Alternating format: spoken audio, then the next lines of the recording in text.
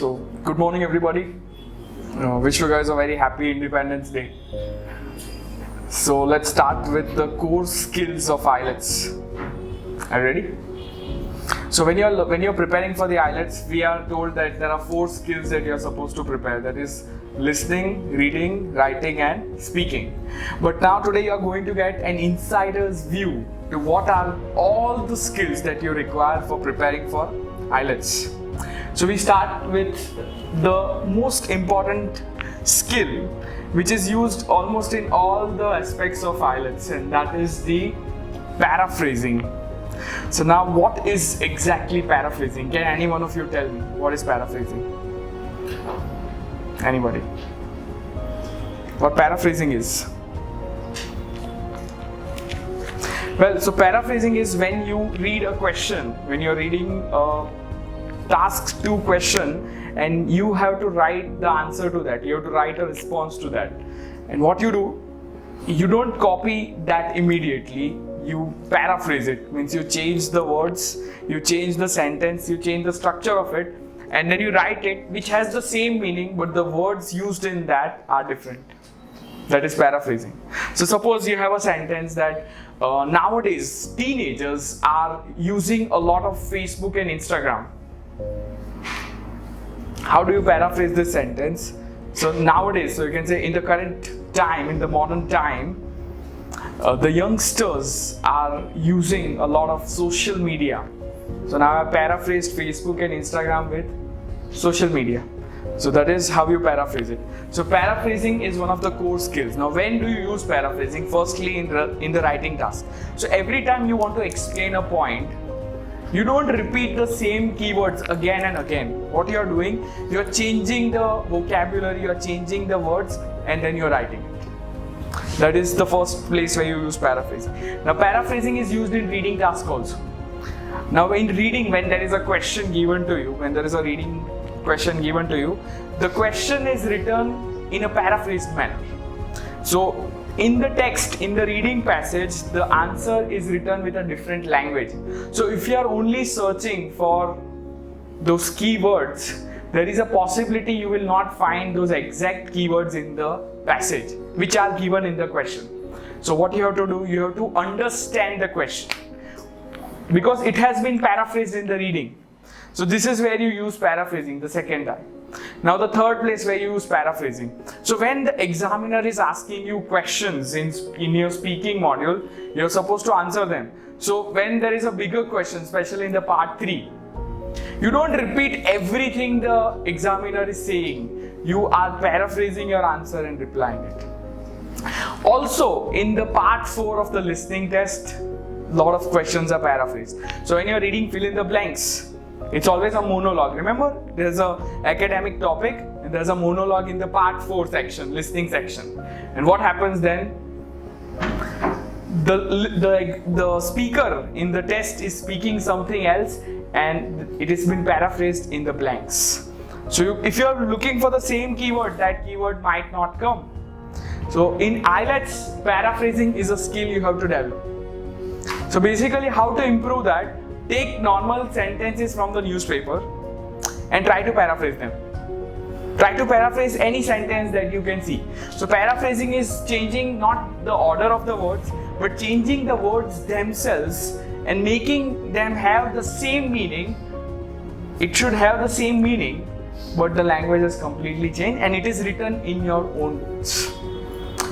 There is no need to complicate a topic. If you are paraphrasing something, don't complicate it. You can write whatever comes into your mind, but it should have the same meaning.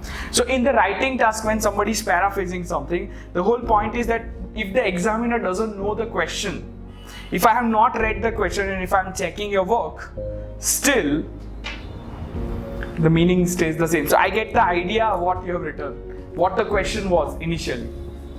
Second task is rephrasing. What is rephrasing? Rephrasing is just changing one word in the sentence. So for example, if I ask you, do you want to eat something? I can rephrase it. Do you want to have something? Do you want to have some refreshments? That is rephrasing. But if I want to paraphrase, what I'll do? Are you hungry? That is paraphrasing. Paraphrasing is changing the whole sentence. Rephrasing is just changing one part of it. So both the skills are necessary. You can use rephrasing when you are doing a writing task and you're repeating same sentences again and again. So instead of writing the same keywords, you're just rephrasing it. Next is your vocabulary. Basically, your IELTS reading test is a test of your vocabulary. The more words you know, the better. If you are knowing a lot of words and you're reading it, you will be able to solve the reading test faster. So vocabulary is very important. In the IELTS terms, it's called lexical resource. Lexical resource is your word bank, how many words you know. Now when you are learning new words, it's not easy to remember all the words that you are reading. So if you are reading a book and trying to memorize the words, you will never be able to use them in your daily context, not even in the real speaking. So you have to learn a word with its natural context.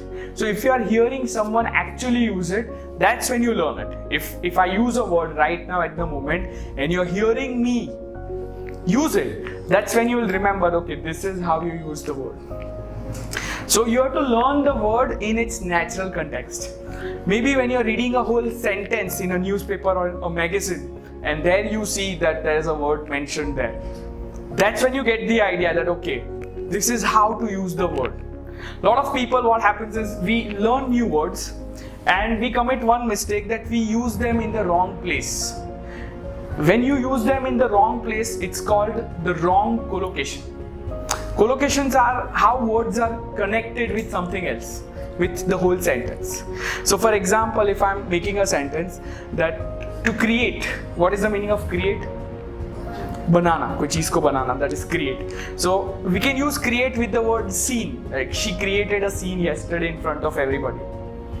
Manufacture has the same meaning, create, manufacture, but I cannot say she manufactured a scene, right? So that is the wrong collocation. So you have to learn to use the words in the right context.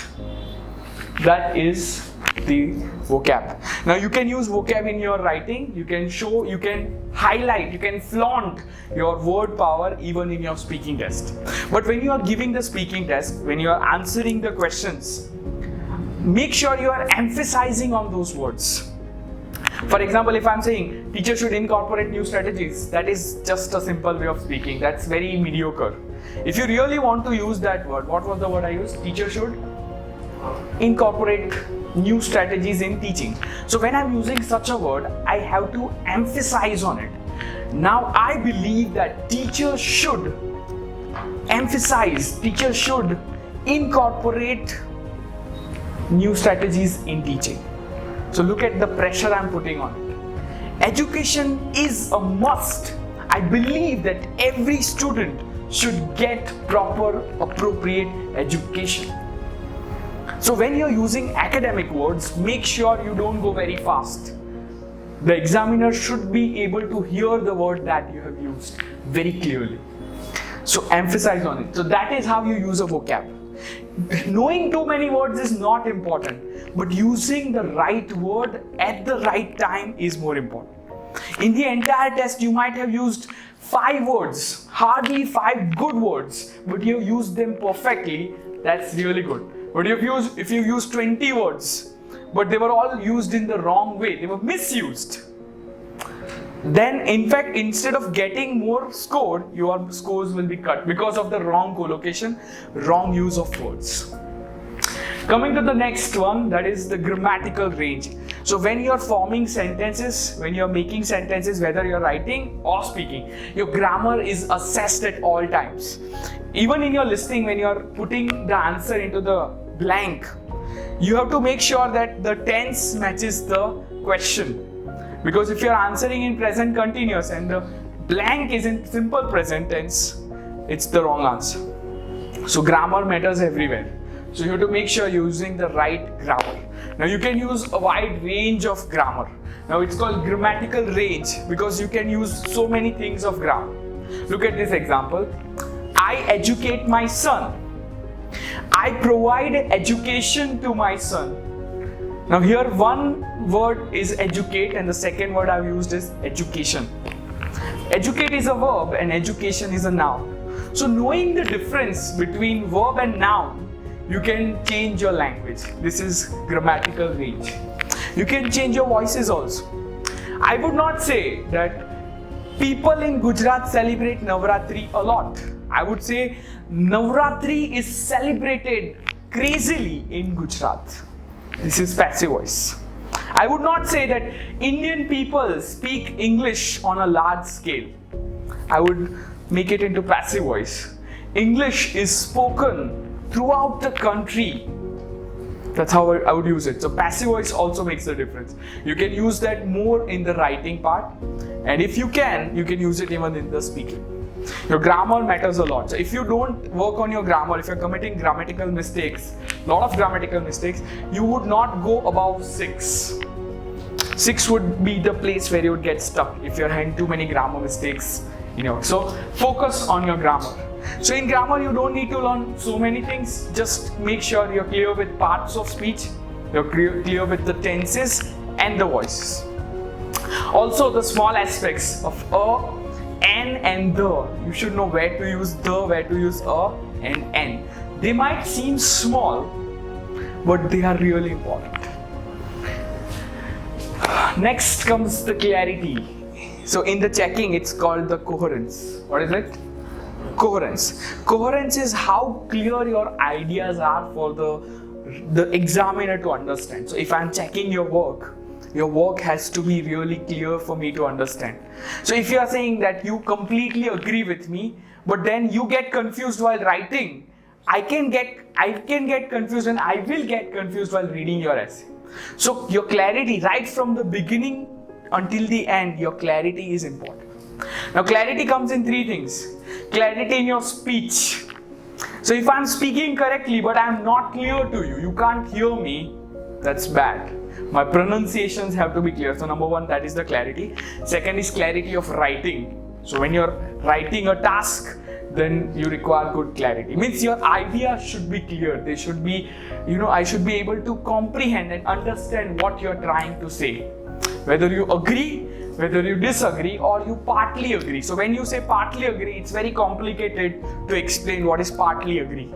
Partly agree, so you have to explain in which specific areas you agree and which specific areas you don't agree. That's partly agree. So the clarity is crucial. That is the clarity. And the third, your handwriting. Handwriting also requires clarity. If I can't read what you have written, then you would lose marks on that. Remember, until the digital exams don't arrive, maybe I don't know when they're coming to India, where in the whole country where you will be giving the test, writing the essays online. But until then, if you are giving that writing paper-based exam, your handwriting will definitely matter a lot. So that is the clarity. The next part is the connectivity and transition.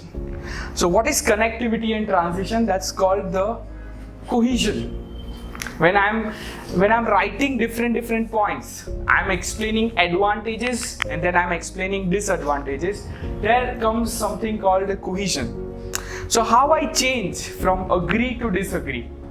When I'm adding more points to it, when I'm giving more examples to it. These are called transitions. There are transitions in my writing style.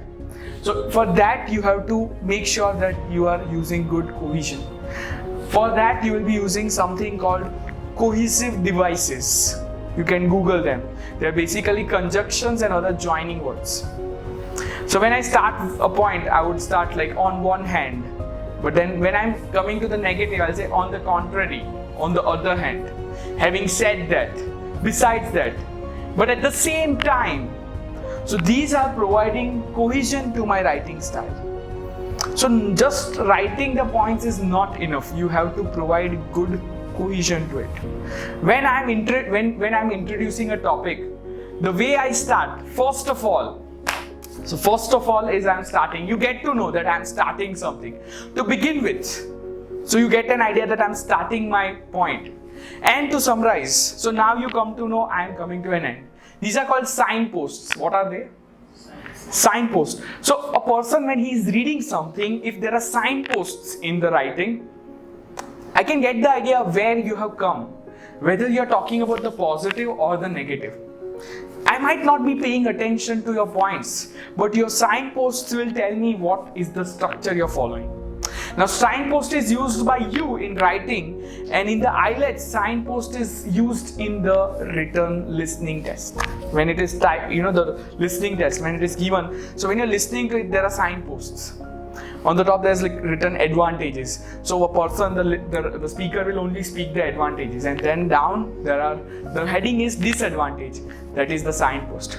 Signposts are important in your speech, and you have to be able to identify. You need to be able to identify the signpost in the listening. To get the importance of cohesion. So that is coherence and cohesion. So these are called C and C, CC. So CC here means coherence and cohesion. So these are two aspects on which your writing is checked. It's evaluated based on coherence and cohesion. Next is something which you cannot immediately learn. It's idea generation. So when you are given a topic, now depending on what you have seen in your childhood, all those stories that you have read, the books, the magazines, the things, the places you have visited, the people you have met, the stories you have heard from them, all of them will lead to idea generation. Your experiences, they will lead to the idea generation. So idea generation comes when you read a topic and you have to create your own response to it. So now with lot of reading, with lot of knowledge and experience, you can create very creative, you can give new, thoughtful, innovative ideas, whether it is the speaking or the writing. When you get the cue card, you have to generate something. Now there are people who can create a story out of the blue. Out of thin air, they can create a topic, even if it is not there. Talk about an artifact which was very important to you. Now in my life, I never ever used an artifact. I don't even know what's an artifact, but if I have to start speaking on that, I have to create something, I have to generate something. I can't tell the examiner that I haven't prepared for this. This is out of my syllabus. So here I need this, that is idea generation. Talk about the museum that you recently visited. I never visited a museum in my life. What can I say about that? I have to create. Now how I'll create it? From the movies I have seen, from the shows I have watched, I will create a fictional museum. There's a huge museum near my hometown in Dharampur, and it's really big. It's the King's Museum, and I keep on adding to it. So that is idea generation. So idea generation is required in the writing task as well as in the speaking. In the reading and in the listening test, you don't require the idea generation, but creativity is required a lot. Based on your experiences, you can come up with something very creative. But make sure whatever you choose, you should have content on that. Talk about a famous businessman. I start talking about Dhirubhai Ambani, but hardly I can speak 5 lines on him. Rather, what I can do here, I can talk about a person that nobody knows. And now I can create whatever I want. And nobody can verify because that person is not known to people. I'll talk about a businessman in my hometown. Now I can name you and I can create the whole story. I can add whatever I want. I can talk about Batman's achievement in this. That is the idea generation. Tone of writing and style. So these are also important. So now when you are writing an IELTS essay, your tone is very important. It is not supposed to be written in spoken English. Whenever you're writing something, it has to have a very formal tone to it. So your sentence structures and all that, they shouldn't sound like your thoughts. The way you're talking to a friend, it shouldn't look like that. It should sound like a report. It should sound like a news. So when you listen to the news editor won't say, I think 2 people were roaming yesterday and they died on the road. Is that how they give the news? It's shown in such a formal way. 2 people were killed in a road accident last night.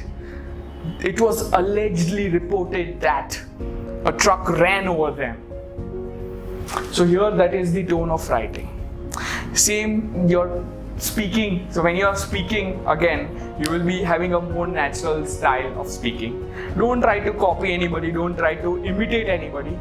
Be yourself when you're speaking. Imagine you're just having a conversation with somebody. A natural conversation, that's how you perform in your speaking test. It has to be completely natural. So that is the style. For people who are giving the general, when you are writing the letter, there are 3 types: formal, semi-formal and informal, friendly letters. So your tone varies, your style also changes. If I'm writing to a person I don't know, it will be completely formal. But if I'm writing to a person I have known for ages, my writing style will be different. Hey buddy, how you doing? It has been such a while since I met you. I can't write the same tone if I'm writing to the Prime Minister. Okay, so that is the tone of writing.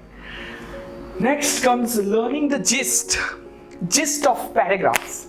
This is a skill required in reading. I hope everyone is getting what I'm saying, right? So learning the gist is the basic idea of a paragraph. So gist is when you're reading a paragraph and one paragraph talks about the creation of something, the second one talks about the upgradation, the third one tells about a story about the scientist, the fourth one talks about the current development in today's time. So you don't need to read every point, but you need to get an idea what one paragraph is all about. If the paragraph is about the creation, then that creativity part is mentioned only in one. There might be other points mentioned in other paragraphs, but the main idea is only there in one of them. So you get the gist of it. Getting the gist means getting the basic idea. Gist is also required in the listening part.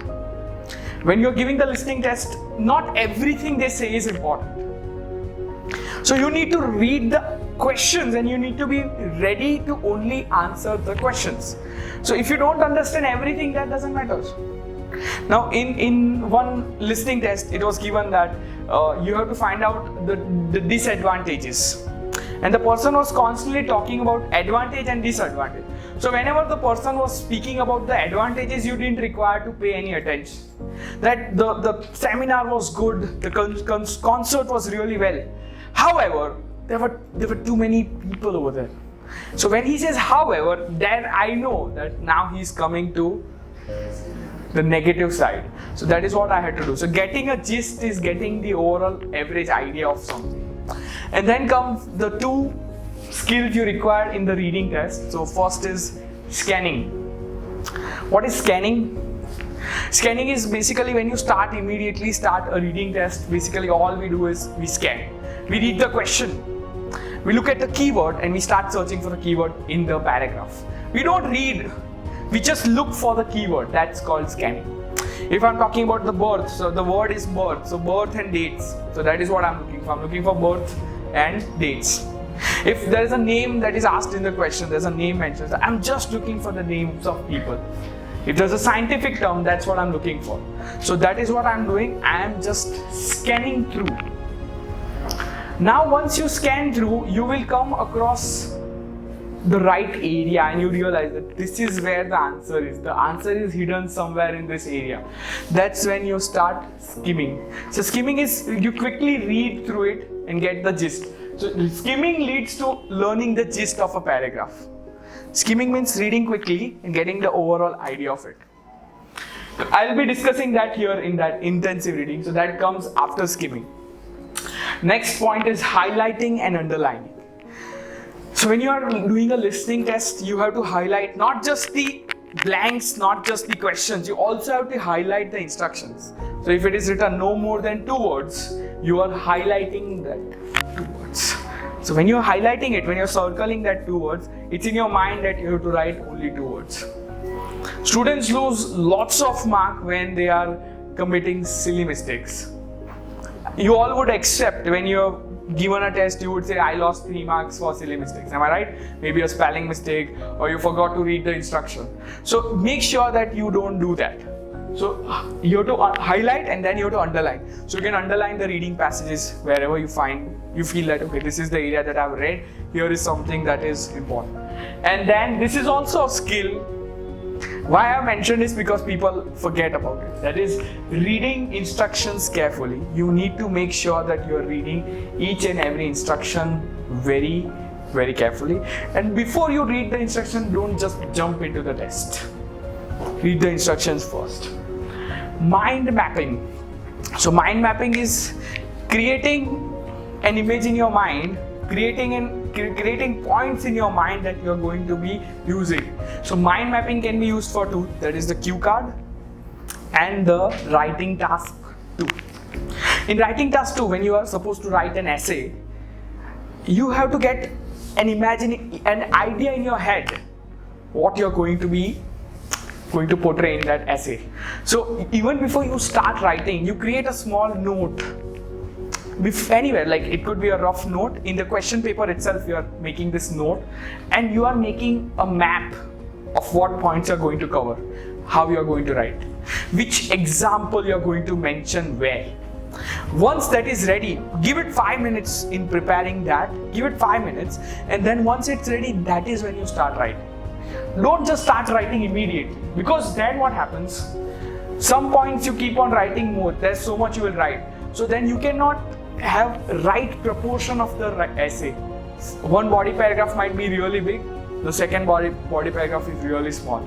You come to the summary, you come to the conclusion, and then you remember I should have put that point here. That is very bad, because when you put last minute changes, it can spoil the whole style. It can spoil the whole idea. So don't do that. Create this map, a small map of how you are going to write. And same goes for speaking also. Cue card. When you're speaking on a cue card, there are points given there. There are a lot of points. And recently someone suggested a tip on YouTube that was talk about the tenses. So whatever topic is given, what you do, you talk about it in the past, you talk about it in the present, and then you talk about it in the future. So you can involve this strategy, but whatever strategy you involve, mind mapping is important, because mind mapping is having points in your mind before you start speaking something. So that would give you a good structure. So you introduce the topic, then you talk more about it. You might talk about your feelings and emotions, and then you end by saying how important it was to you, what you learned from it, why it was a major turning point of your life. But it goes in a form, it goes in proper order.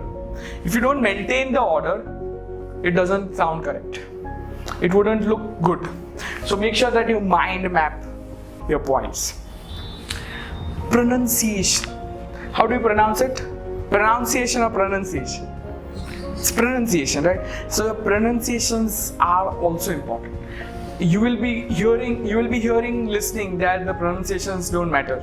But your pronunciations are judged when you're giving the speaking test. So when you're saying, whether you're saying Wednesday or Wednesday will decide your pronunciation. Your pronunciations are really important. It's not cousin, it's cousin. Remember that. So small words, when we miss out and we mispronounce a word, we might lose score for that. So make sure you are doing the correct pronunciation. For that, reading won't help. Now here, to improve your pronunciation, you have to listen to other people speak. When you listen to people, you realize that's the way this word is used. Otherwise, you might not get an idea in your whole life. If in English there are certain words, if you have never heard them being pronounced, you will always, in your mind, you will always be pronouncing them in the wrong way. Some people who have not heard the word tsunami, they'll say tea tsunami. Spoken tsunami but written tea tsunami. Right? A lot of people say write instead of write. It's not write, it is write something. Not knowledge, but knowledge. So these are very basic things that people miss out on. So you lose marks on wrong pronunciation. And it is also, this word is also mispronounced. It is pronunciation, not pronunciation. Okay, coming to what I was explaining about the reading. So after you're skimming the area and you find out that okay, this is the area, and you have read quickly and you got the idea that this is what the paragraph is about, and once you're sure that here is the answer, you come to intensive reading. So what intensive reading is, you read very carefully to ensure whether it is true, false or not given. When you have such questions like fill in the blank, that's when you start doing the intensive. Inferring reading is very useful in not given. When you're reading the reading task and it says not given, what you do? You have to infer the text. So you have to imagine that, okay, the writer spoke this, but he has not spoken this. So which he means, what he's implying, what he's insinuating. So that is inferred reading. So not just, you don't have to just follow what is there in the text, but you also have to use your own speculations at times, especially for not given. False, true and not given, these are confusing. That's when you use the inferred reading. Deducing and summarizing. So deducing is a task you do. You deduce a text. So deducing is you're getting what it wants to say. You get a translation, you get an interpretation of it. That is called deducing. So you deduce it and then you find your own answers. Even in the listening test, when they are saying something, you have to deduce what they are saying. Sometimes the answer is right there and we don't know that this was the answer all along. So you have to learn to deduce. And then summarizing. So summarizing, after you have understood everything, then you have to summarize it.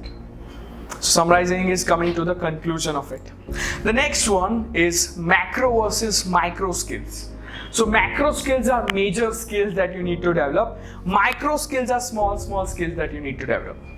So what are macro skills? Macro skills would be paraphrasing, a very big skill. It's paraphrasing.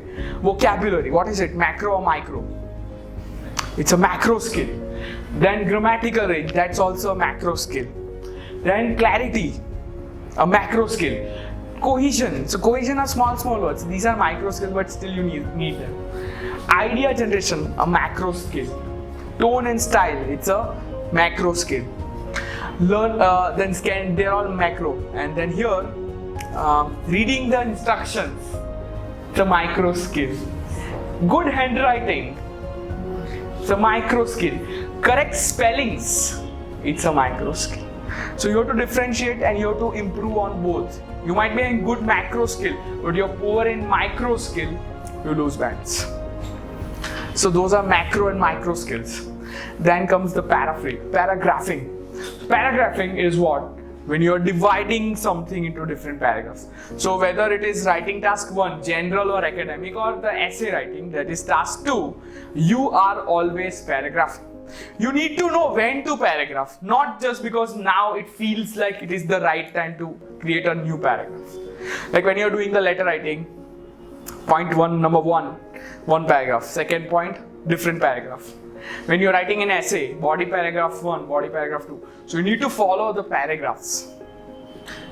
If you're coming to disadvantage, that's a whole differently dedicated, entirely dedicated paragraph. You cannot mix 2 paragraphs into 1. Try to keep them different so it's easy for a person. So when you're paragraphing, it is creating coherence, there is clarity. Next is the task achievement. So task achievement is following the question and answering what is asked, not what you want to answer. When there is a question, you're supposed to understand the question and you have to objectively answer to what is asked. You might be having a knowledge of an entire field. You're not supposed to show that. They want your response on it. So you have to respond on it. So if they have asked about agree and disagree, you have to show to what extent you are agreeing, to what extent you are disagreeing. You are showing how you are agreeing, how you are disagreeing. Anything other than that is useless. So that is the task achievement. Means being able to answer what has been asked. If you go off topic, you are answering something else only, then you will get your marks cut on task achievement. Next is expressing salient facts with clarity and brevity. So clarity is the clarity of your writing. Brevity is in short. So you also have to make sure that it is in length. It is not under length, but it should not be over length also. So this salient facts means the important points, the key points of something. So when you're talking about an essay and when you're highlighting the pros and cons, the merits and the demerits, you have to clearly show the points. You have to explain how it is bad and how it is good. Again, here what this skill is: punctuation, spelling and capitalization. Macro, micro. It's a micro skill. But you can lose marks if you are not putting the capital letters. So when there's a proper noun in the listening test, proper noun, name of a person, name of a city, you're always putting a capital letter. When you're starting a sentence, you're putting a capital letter. So that's capitalization, knowing when and when not to capitalize a word. Spellings. People lose lots of marks with wrong spellings. So in reading, there is no question of losing spelling because you have to copy. You're simply copying it. So don't commit a single mistake in the reading at least. Listening, you need to know spelling so that you can write the correct spellings. And when you're writing the writing task, then your spellings will be checked. Too many spelling mistakes and then all this is in waste. Spellings are very important. And punctuations, commas, full stop, they are really important. Drafting and proofreading. So drafting is when you start writing, when you plan and when you start writing, that is your drafting skill. And proofreading is rechecking what you have written. So people are good at drafting, people might do everything that I've said, but the last thing that people forget, the students forget, is the proofreading. They do not proofread enough. They do not check. Once it's written, they'll submit it. If you proofread what you have written, there are chances you'll find 4 to 5 mistakes that would save you a whole band. You won't lose a band if you're proofreading it. So you make sure that you're proofreading everything that you've written. It might sound correct, but read very carefully what you've written. Because every time you proofread, there is always a gap, an area for improvement, space for improvement. So look for mistakes. Learn to proofread everything that you're doing, whether it is the listening, reading or writing. Handwriting and neatness, what skill is it? Micro. But people are like, why does handwriting matter? But it does matter a lot. Especially if a person who's checking hundreds of essays a day. If it's a poorly written handwriting, obviously you can imagine how it's going to be checked. Right? And nobody is going to go and verify it, whether you're not going to ask the examiner, can you recheck it? So here you have to make sure that you're writing in a good handwriting and make sure your handwriting stands out from the masses. So if I have checked 20 essays but one handwriting is better than all of them, there is a chance that I'll be reading it more carefully than the other ones. So your handwriting does matter, and the neatness. So too much of cancellation and erasing, make sure you're keeping it to the minimum and you're not committing that many mistakes. If you're doing, make sure you're erasing it properly. Some students write something and then they don't even entirely erase it. So they write the new thing, they rewritten it, but still the old handwriting is visible. So make sure that there is neatness to your work. Handwriting and neatness. And coming to the last one, which is the most important part of IELTS, is the self-evaluation and self-preparation. Self-evaluation is understanding where you are good, where you are bad, and understanding which area you have to work upon. You cannot compare with other people. Okay, this guy is preparing for it, so I'll do the same. You have to realize what are your flaws. What are your flaws where you are lacking. If you are lacking in grammar, work on that. If you are lacking in handwriting, improve on that. So you start self-evaluation. This tip is applicable for learning words also. If you're learning 10 words a day, you are not going to be able to use all the 10 words. So for you, 3 make sense, and you know that these are the 3 that I can use on my own. I can use correctly. Those are the 3 that you are using. So you make a diary, and in that diary, you're assembling all the things. Maybe a sentence you like very much, a word that you like very much. You're creating a separate diary and you're just taking down information that you like from other sources, which is good for you. There are tons of materials available on the internet, but not all of them is useful. So you have to create the things, you have to find the things which are useful to you and which your brain can understand. That is self-evaluation. I teach you a word for speaking. I am comfortable using that word, but you are not. That word is entirely useless to you. So you learn the words which you can use in your writing, in your speaking. And self-preparation. So once you have learned the structure of it, once you have realized how the test works, what are the criteria it is checked on, then you start putting your efforts. Now your efforts could be divided into so many different ways, in so many different activities. You would be talking to different people every day to improve your speaking, to improve your fluency, to improve your pronunciation. You would be writing a lot. You could watch shows, TV shows, you could watch news programs and debates. You could read. All the things that are required, you will have to do. There is no shortcut. There is no magic key or a magic powder that I can sprinkle on you and I can say abracadabra and you will learn. You have to learn it on your own. So that is self-preparation. So once you get the guidance, that preparation part will be done by you. So that brings me to the end of my session for today. So this is Utkarsh, and I hope you would be watching more videos in the future. My number is provided in the description box below. Thank you.